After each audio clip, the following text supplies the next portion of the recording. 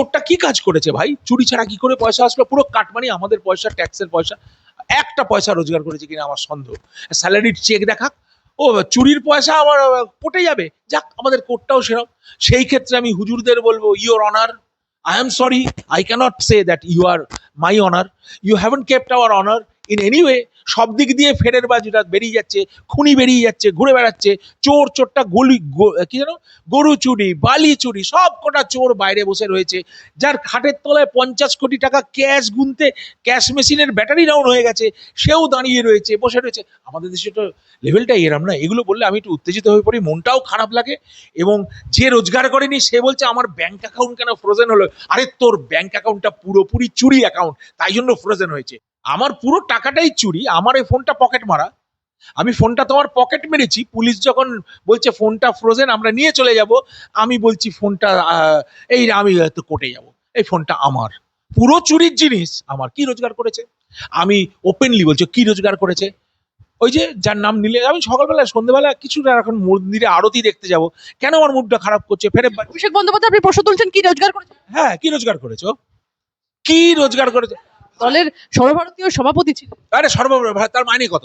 আমায় বলতে হবে। চুরির পয়সা ব্যাংক ফ্রোজেন হয়েছে, তৃণমূলের অ্যাকাউন্ট ফ্রোজেন হয়েছে। এখন পাগলির মতো একজন ঘুরে বেড়াচ্ছে অন্ধের মতো, যেখানে যাচ্ছে ডিম ফিম খাওয়া একদম বাকি রয়েছে। দূর থেকে হাতের টিপ নেই বা সেরকম কাঁধের জোর নেই বলে ডিমটা মারতে পারেনি। ডিম থেরাপি এমনি এনিওয়ে প্রাপ্য। একদিন বেরিয়েছিল ডিম ফিম খেয়ে, নিজের জামাটা নিজে ছেড়ে আরো ড্রামা করে বেরিয়ে গেল। ওকে এমনিতেই তো দেশের বাইরে যেতে দেওয়া উচিত না। স্যার 100 দিন অতিক্রান্ত, কতটা কথা রাখতে পারলো বিজেপি? ও বাবা, সেটা তো একটা শক্ত অঙ্ক দিলে। 100 দিন, সেটা আমার মাথায় ছিল না, তুমি বললে বলে আজকে জানলাম। আচ্ছা, আজকে 100 দিন। দেখো, প্রথম কথা হচ্ছে যে আমার যেটা বারবার মনে হয়েছে যে এটা ছিল একটা বিরাট সুনামি।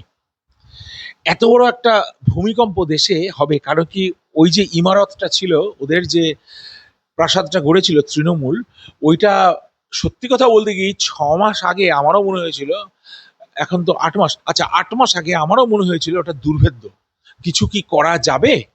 আমি শুধু আমার সাহস নিয়ে, আমার মনোবল নিয়ে, আমার বিশ্বাস নিয়ে, ঈশ্বরের উপর বিশ্বাস নিয়ে আমি ঝাঁপিয়েছিলাম যে অন্যায়ের ঝড় বেশি দিন চলতে পারে না, এইটা ভেবে আমি ঝাঁপিয়েছিলাম। আমার মনেও সেই বিশ্বাস তখন ছিল না, 8 মাস আগে আমি বলছি। তারপরে আস্তে আস্তে চেঞ্জ হয়েছে। 5 মাস আগে আমার বিশ্বাসটা প্রথম আসতে শুরু করে। তারপরে ভোটের 3 মাস আগে আমার মনে তখন পূর্ণ বিশ্বাস এসেছিল। তা সেইটা ছিল একটা, আমার বিজেপিকে কি করতে হয়েছে, বিজেপিকে একটা সুনামি তুলতে হয়েছে ওই জিনিসটা।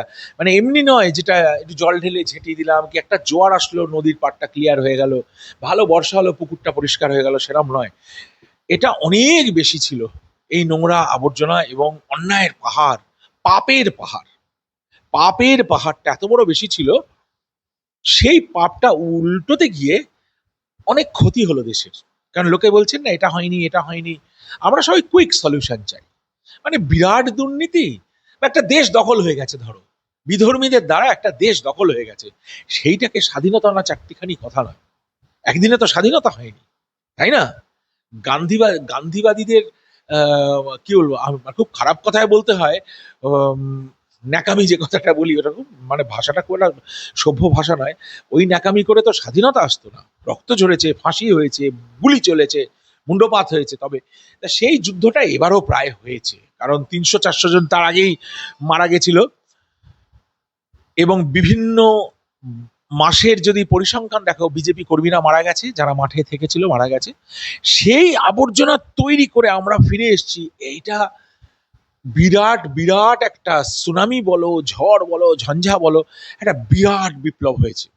এইখানে রাতারাতি যে ঠিক হবে তা না। একটা সুনামির পরে কি হয়, কিছু লোকের বাড়ি ঘরদোর ভেসে যায়, কিছু লোকের হয়তো জানলা উড়ে গেছে, কারোর হয়তো জল উড়ে গেছে, কারোর কুড়ে ঘরটাই উড়ে চলে গেছে, কারোর হয়তো সেই বন্যা এসে এমন আছড়ে পড়েছে, হয়তো তার 10টা গরু ছিল, 10টা গরুই মারা গেছে, কি তার পরিবার খতম হয়ে গেছে, এরকম ধরনের ব্যাপার হয়েছে। তো কাজে সেইখানে দুম করে সব সলিউশন হবে না। তুমি বললে কতটা আশা রাখতে পেরেছে, আমার দিক দিয়ে আমি পার্সোনাল বলতে পারি, তাই না?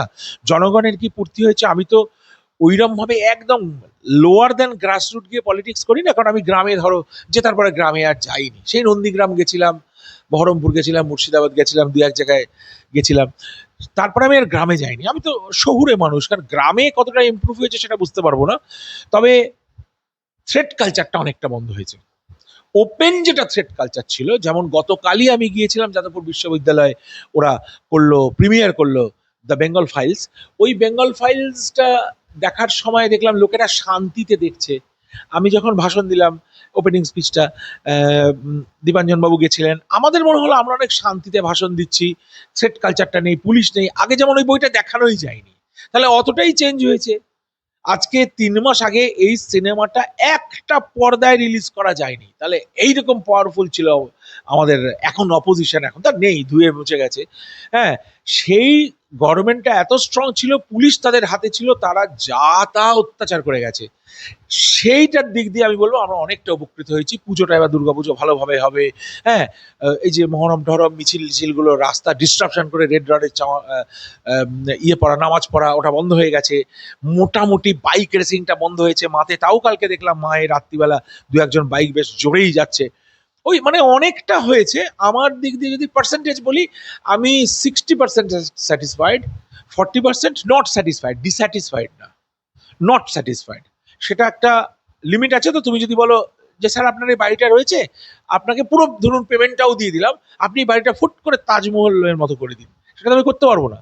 এমনকি সামনে যে চোরের বাড়িটা রয়েছে আমার বাড়ির সামনে, ওই চোরের বাড়িটার মতো করতে পারবো না চট করে, তাই না? আমাকে তো বাড়িটা একটুখানি প্লাস্টার করতে হবে, একটু রং করতে হবে, তারপর দেখবো টেবিল চেয়ার। আমার তো ওরকম রাতারাতি হবে না। ওই চোরের বাড়িটা করতেও তো ওর বোধহয় 2-3 বছর লেগেছিল। তা আমার তো, আমি ওই, বাড়ি বলতে কি অভিষেক বন্দ্যোপাধ্যায়ের শান্তিনিকেতনটা বোঝাচ্ছে? হ্যাঁ হ্যাঁ হ্যাঁ, ওইটাই বোঝাচ্ছে। ওই যে সামনে, এই তো ভবানীপুরে আমার উল্টো দিকে আর কার বাড়ি হবে।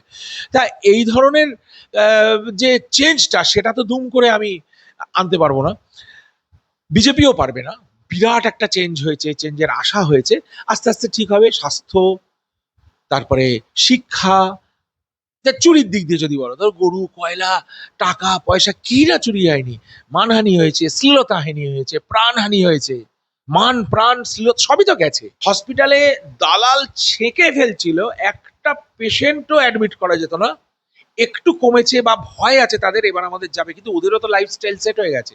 যারা করাপ্ট ছিল, সেটা যে লেভেলেই হোক, যেমন পুলিশেরা সব সময় চেষ্টা করে আমাদের সাহায্য করতে, আমি বিশ্বাসই করি না পুলিশ ওরকম, কিন্তু কিছু টপ লেভেলের পুলিশ অফিসার তো করাপ্ট হয়ে দেখিয়ে দিয়েছেন তারা কি লেভেলের করাপ্ট হয়। তো তার লাইফস্টাইলটা সেট হয়ে গেছে। সে যদি নেটে ধরাও না পড়ে, দুর্নীতির জালে যদি জড়িয়েও না পড়ে, তাকে তো ওই রোজগারটা চালিয়ে যেতে হবে, অসাধু রোজগারটা।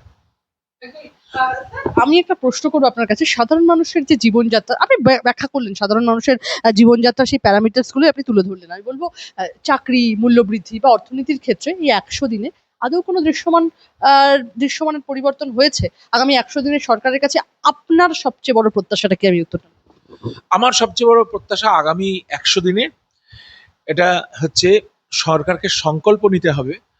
যে আমি হেলথের লোক, তো প্রথমেই বলছি ভাই, আপনারা যদি কেউ শুনে থাকেন, যারা এখন দায়িত্বে আছেন, আমি কোনো নাম করছি না, বড় বড় মন্ত্রী, মহামন্ত্রী, সব মন্ত্রীরা রয়েছেন, তারা শুধু দেখুন হসপিটাল চত্বরগুলো এখনো কিন্তু দালাল মুক্ত হয়নি, ঘিরে বসে রয়েছে। হ্যাঁ, আগে যেটা ওপেন হতো, এরম ভাবে এসে বলতো এই টাকা দিন, ওয়ার্ডে ভর্তি করবো, নয়তো বেরিয়ে যান, এই মস্তানিটা মিটেছে।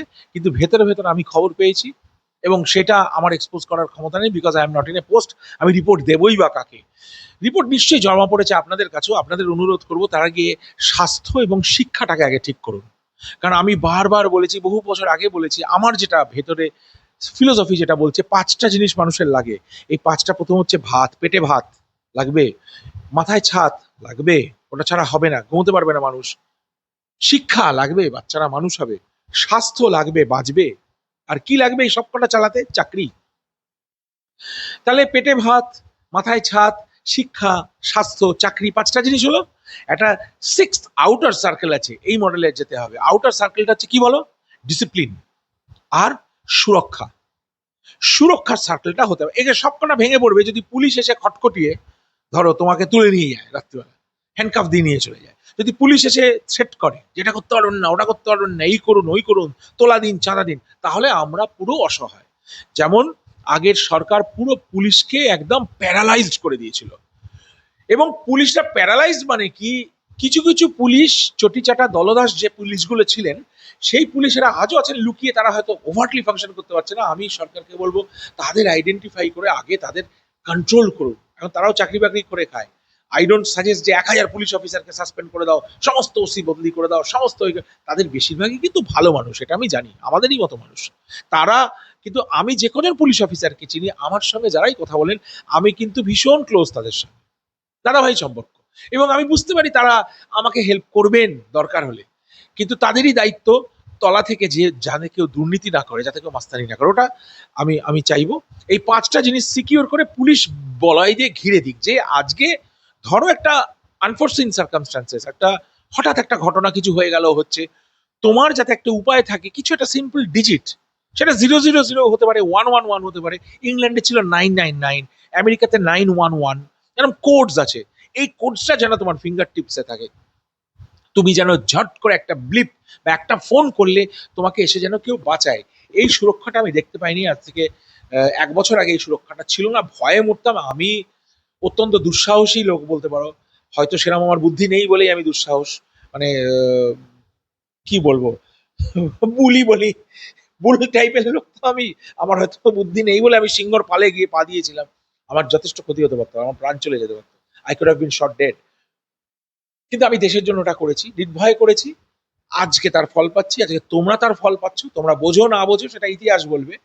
আমি বলবো আগে পুলিশ ঠিক করুন, তারপরে রিভার্স ওয়েতে আগে বৃত্তটা ঘিরে দিন, তারপর ওই 1 2 3 4 করে করে ঘিরে এসে শেষে ছাদটা, যেটা বাড়ির জন্য যোজনা করেছেন, বাড়ি আবাস যোজনা, সেই জিনিসগুলোকে এনশিওর করে মানুষকে এই 5টা 6টা জিনিস আপনারা ফিরিয়ে দিন, তাহলেই আমি প্রচন্ড খুশি। এই মুহূর্তে অন্যতম একটি ইম্পর্টেন্ট প্রশ্ন, ফের হাইকোর্টের দ্বারস্থ অভিষেক বন্দ্যোপাধ্যায়, তার ব্যাংক অ্যাকাউন্ট ফ্রিজ করা হয়েছে বলে অভিযোগ জানিয়ে মামলা করলেন তিনি। কোনো কারণ না দেখিয়ে অ্যাকাউন্ট ফ্রিজ করার অভিযোগ রয়েছে তার। বিদেশ যাত্রার আগে কেন অ্যাকাউন্ট ফ্রিজ, প্রশ্ন তুলে মামলা অভিষেক বন্দ্যোপাধ্যায়ের, কি বলবেন? এইটা, এই প্রশ্ন তোমরা আমার বরাবর করে আসো, আমি কি উত্তর দেবো বুঝতে পারি না। তুমি আমার মেয়ের বয়সী, অন স্ক্রিন তো অ্যাকচুয়ালি হয় কি, তুমি যদি ভিডিওটা পজ দাও, আমি একটু অন্যদিক ফিরিয়ে একটুখানি গালাগাল দিয়ে নিজের মনটাকে শান্ত করতে পারি, সেটা তার গালাগাল তো আমি অন স্ক্রিন দিতে পারবো না, দর্শকরা আমাকে অভদ্র ভাববেন। এইটা শুনলে না আমার গা রিরি করে ওঠে, আমার একটা অদ্ভুত আনক্যানি সেন্সেশন হয়, একেবারে কি একটা অদ্ভুত, একটা মনে হচ্ছে পিঠ দিয়ে একটা সরীসৃপ নেমে যাচ্ছে, এরকম হয়। কারণ এর উত্তর আমার কাছে নেই। আশ্চর্য কথা, আমার পুরো টাকাটাই চুরি, আমার এই ফোনটা পকেট মারা, আমি ফোনটা তোমার পকেট মেরেছি, পুলিশ যখন বলছে ফোনটা ফ্রোজেন আমরা নিয়ে চলে যাব, আমি বলছি ফোনটা এই আমি হয়তো কোর্টে যাব, এই ফোনটা আমার, পুরো চুরির জিনিস আমার। কি রোজগার করেছে? আমি ওপেনলি বলছি কি রোজগার করেছে। ওই যে যার নাম নিলে, আমি সকালবেলা সন্ধ্যেবেলা কিছুটা এখন মন্দিরে আরতি দেখতে যাব, কেন আমার মুডটা খারাপ করছে ফেরে? অভিষেক বন্দ্যোপাধ্যায়, আপনি প্রশ্ন তুলছেন কি রোজগার করেছে? হ্যাঁ, কি রোজগার করেছো? কি রোজগার করেছে? দলের সর্বভারতীয় সভাপতি ছিলেন। আরে তার মাইনে কত আমায় বলতে হবে, আমি তো তোমায় জিজ্ঞাসা করতে পারি না। আমি তোমাকে ইন্টারভিউটা কেন দিচ্ছি? আমি জানি তুমি অনেক দূর থেকে এসেছো, তুমি এটা এই যে বুম ধরে এত কষ্ট করে ঝড় জল পেরিয়ে আমার কাছে রোজ আসো, তুমি ছাড়া অন্যান্য মেয়েরা আসে, তাদের আমি প্রচন্ড ভালোবাসি, তারা আসে ইন্টারভিউ দেখো, বকবক করতে আমার যে ভালো লাগে তা নয়, কিন্তু আমি জানি এইটা দিয়ে তোমরা একটা সমাজ চেতনা করছো, এর পিছনে তুমি স্যালারিড, তুমি একটা কিছু তো তুমি পাও। তো তোমরা যে চ্যানেলগুলো চালাও, এই চালানোর মধ্যে তো তোমার একটা পাওয়া আছে, সেটা তোমার স্যালারি তো, তাই না? তুমি যদি হঠাৎ ধরো একটা সোনার চাকা লাগানো গাড়ি তে করে এসে আমার সামনের বাড়িতে এসে দাঁড়াও, তখন তোমার মনে হবে যে এই মেয়েটা আমার কাছে আসতো, এই কাজ করেছে কি, তাও তো তুমি কাজ করেছো। আমি চ্যালেঞ্জ করছি, ও কি কাজ করেছে আমায় দেখাও। সর্বভারতীয় একটা লোকাল, ওই তাহলে 23 পল্লীটা একটা ইন্টারন্যাশনাল মন্দির, আমি বলে দিই, হ্যাঁ লোকে তার নাম জানে, 23 পল্লী দুর্গা মন্দির, হয়তো অনেকে নাম জানে, গুগল সার্চ করলে তুমি পাবে। এটা তো ইন্টারন্যাশনাল ওরকম ব্যাপার নয়, এটা তিরুপতি নয়। তা চোরটা কি কাজ করেছে ভাই? চুরি ছাড়া কি করে পয়সা আসলো? পুরো কাটমানি আমাদের পয়সা, ট্যাক্সের পয়সা। একটা পয়সা রোজগার করেছে কিনা আমার সন্দেহ। স্যালারির চেক দেখাক, ও চুরির পয়সা আমার কোর্টে যাবে, যাক আমাদের কোর্টটাও সেরকম। সেই ক্ষেত্রে আমি হুজুরদের বলবো, your honour, I am sorry, I cannot say that you are my honor. You haven't kept our honor in any way. সব দিক দিয়ে ফেরের বাজিটা বেরিয়ে যাচ্ছে, খুনি বেরিয়ে যাচ্ছে, ঘুরে বেড়াচ্ছে, চোরটা কি যেন, গরু চুরি, বালি চুরি, সব কটা চোর বাইরে বসে রয়েছে, যার খাটের তলায় 50 কোটি টাকা ক্যাশ গুনতে ক্যাশ মেশিনের ব্যাটারি ডাউন হয়ে গেছে, সেও দাঁড়িয়ে রয়েছে, বসে রয়েছে। আমাদের দেশে তো লেভেলটাই এরম না। এগুলো বললে আমি একটু উত্তেজিত হয়ে পড়ি, মনটাও খারাপ লাগে। এবং যে রোজগার করেনি সে বলছে আমার ব্যাংক অ্যাকাউন্ট কেন ফ্রোজেন হলো। আরে তোর ব্যাংক অ্যাকাউন্টটা পুরোপুরি চুরি অ্যাকাউন্ট, তাই জন্য ফ্রোজেন হয়েছে। You should be begging down the streets. তেইশপল্লিতে এসে ভোগের খিচুড়ি খাওয়া উচিত ফ্রিতে, সেটা ব্যবস্থা না আমি করে দেবো। আমি তেইশপল্লির প্রেসিডেন্ট, আমি সেই ব্যবস্থা করে দেবো। ওর ভোগের খিচুড়ি নিয়ে দাঁড়ানো উচিত। হ্যাঁ, শুনেছি ওর পরিবারের পয়সা আছে। I am not going in to the family, I don't want to dissect them any further. বড় বড় লোক রয়েছে, তারা দেখবে চুরির পয়সা ব্যাংক ফ্রোজেন হয়েছে, তৃণমূলের অ্যাকাউন্ট ফ্রোজেন হয়েছে। এখন পাগলির মতো একজন ঘুরে বেড়াচ্ছে অন্ধের মতো, যেখানে যাচ্ছে ডিম ফিম খাওয়া একদম বাকি রয়েছে। দূর থেকে হাতের টিপ নেই বা সেরকম কাঁধের জোর নেই বলে ডিমটা মারতে পারেনি। ডিম থেরাপি এমনি এনিওয়ে প্রাপ্য। একদিন বেরিয়েছিল ডিম ফিম খেয়ে, নিজের জামাটা নিজে ছেড়ে আরো ড্রামা করে বেরিয়ে গেল। ওকে এমনিতেই তো দেশের বাইরে যেতে দেওয়া উচিত না। ওকে এখানে শপিং করতে যাচ্ছে, তার মানে তোমার কিসের জন্য দরকার? তুমি দেখাতে যাচ্ছ। হ্যাঁ, হেভি ফিজ লাগে ভাই, লেজিটিমেট মানি নাও, পয়সা দিয়ে চলে যাও। আমরা তো বারবার, আমি অন্তত বোধহয় 100 বার ইংল্যান্ড গেছি এসছি, তাই না? 10 বার আমেরিকা গেছি এসছি, সমস্ত দেশে ট্রান্সকন্টিনেন্টাল গাড়ি চালিয়ে ঢুকেছি, কার্ডটা দিয়েছি, ন্যায্য সৎ ট্যাক্স পেড, রোজগারের পয়সা পকেটে ভরেছি, শপিং করেছি, বেরিয়ে এসছি, আমার পরিবার গেছে। আমাকে তো প্রশ্নটা করতে হয়নি। ওর অ্যাকাউন্ট আসে কোত্থেকে, ওর সাহস কোত্থেকে হয় আমেরিকা যাওয়ার? ওর পয়সা কে দেয়? তার মানে কি জামাত দেয়, না আইসিস দেয়, না ইসলামিক স্টেট দেয়, না ডিপ স্টেট দেয়? কে কে দেয় আমি তো বুঝতে পারছি না। তাই জন্যই এই প্রশ্নগুলো আমাদের পক্ষে খুব সাধারণ লোক হিসেবে এইবার বলবে, স্যার আপনার তো ওই লেভেলের পয়সা নেই, তাই আপনি বলছেন।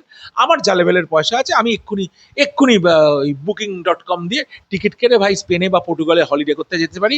সেটা আমার প্রচন্ড পরিশ্রমের রোজগার করা পয়সা, ট্যাক্স পেড মানি, দুটো দেশে ট্যাক্স দিয়ে, আমি বারবার বলছি। তাই জন্যই আমি সেফ, তাই জন্যই আমি সেফ।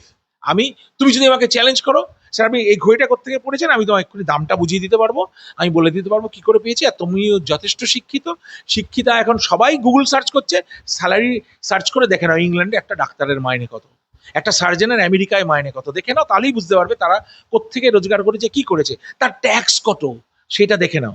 কত টাকা ট্যাক্স দিয়ে ওখানে রানীর ওখানে, আমি তোমায় বলে দিচ্ছি। ট্যাক্স দেননি কখনো? আপনি বলছেন lips and mouth, Mamata Bandyopadhyay বলছেন কিছু তো একটা করবে ছেলেটা রোজগার করার জন্য। তা রোজগার করার জন্য অত কোটি টাকা, অত কোটি টাকা ট্যাক্স, ট্যাক্স কত হয় ভাই? আমি সামান্য রোজগার করতাম ইংল্যান্ডে, আমার ট্যাক্স কত হতো আপনারা জানেন? দর্শক বন্ধুলিকে জিজ্ঞেস করছি। আমি ট্যাক্স দিতাম up to 40%, not less than 35%। এরকম একটা ক্যালকুলেশন ছিল। HM রেভিনিউ ওখানে সাংঘাতিক, এখানেও আমি 30% প্লাস ট্যাক্স দিই ইন্ডিয়াতে। আমি যেটুকু সামান্য রোজগারে 30% ট্যাক্স দিই। আমি ওটা নিয়ে কন্টেস্টও করি না, কোনো রকম এদিক ওদিক ঠকিয়ে এই কাগজ কিনে ওই কাগজ চেষ্টা করি না। আমার অ্যাকাউন্টেন্টকে জিজ্ঞেস করে দেখো, ও বলে স্যার আপনি এতটা ক্যাজুয়াল কি করে? ঠিক আছে, আমার অ্যাটিচিউড হয়তো আলাদা, আমার ফিলোসফি টু লাইফ আলাদা। ফুল ট্যাক্স দিয়ে ভাই এক্ষুনি হারমোনিয়ামটা খুলে গান করব, একটু পরেই আমি তেইশপল্লী মন্দিরে যাব, প্রসাদ খাবো, ভালো থাকবো, আমি ঘুমাবো। আর তা নাহলে ওই বারবার কোর্টে যেতে হবে। হ্যাঁ, চোখটা পাথরের না, চোখটা অন্ধ না, চোখে দেখে না, দেখে না, সেটা মাথায় দেয় না, গায়ে মাখে, সেই ধরনের একটা প্রেসক্রিপশন নিয়ে আমেরিকায় দেখাতে যাবে। হ্যাঁ, এটা নিয়ে আমি কি বলবো বলো তো?